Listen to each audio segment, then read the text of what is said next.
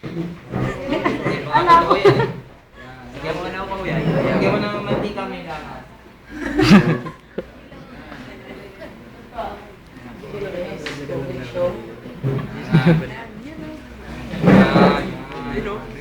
Pasensya nyo na itong skin. Medyo na-over. Pero ito maganda. Alay, hindi mo magawa. Nauna pala yung duck. Hindi mo pagkalagay tsaka dinamay. Pero naman po. Tapos, ay, hindi ko pala tapos. Put oil. Ano pong oil yung nilalagay natin? Use oil. Hindi po use oil. Sino ba yung gumamit ng use oil? Ano pa si makina? Exempted. Hindi niya alam. Ano pong oil itong ginagamit ng Shakey's? Any idea? Alam niyo? Ano yung palm? Ano po yung wala? Ano yung palm? Yun. Yung coconut. Batang ano po yun? Batang buko. Batang nyo. Yeah.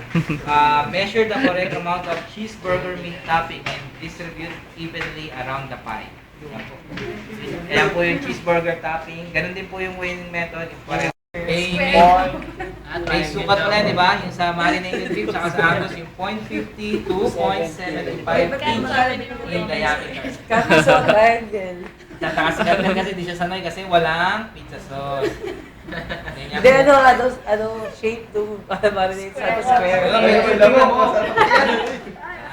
Gusto ko hands.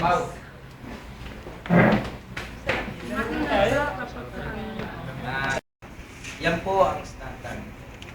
Standard. Pag ginawa na po nila, mabawasan na yung para mawala yung bumawas na po sa buhay. Dami, no? Add sliced onion on top of the beef. Top of the beef, ha? Hindi. Top. Dahil mo nakalagay on top lang dito. Distribute toppings evenly on top. Consider the visual appearance before loading it inside the oven. Pagka ganyan po, Ayos yung kay ano. Sa'yo naubos mo ba? hindi mo naubos? Ubusin mo na. Ito magiging masarap. Ito, mawawalan ng lasa. Kasi, Walang pizza sauce yan. kaya mo yan, pinababa na naman ha, titipid ka na naman sa pustos. Makakadalawa ka na. Uwi. Malamig.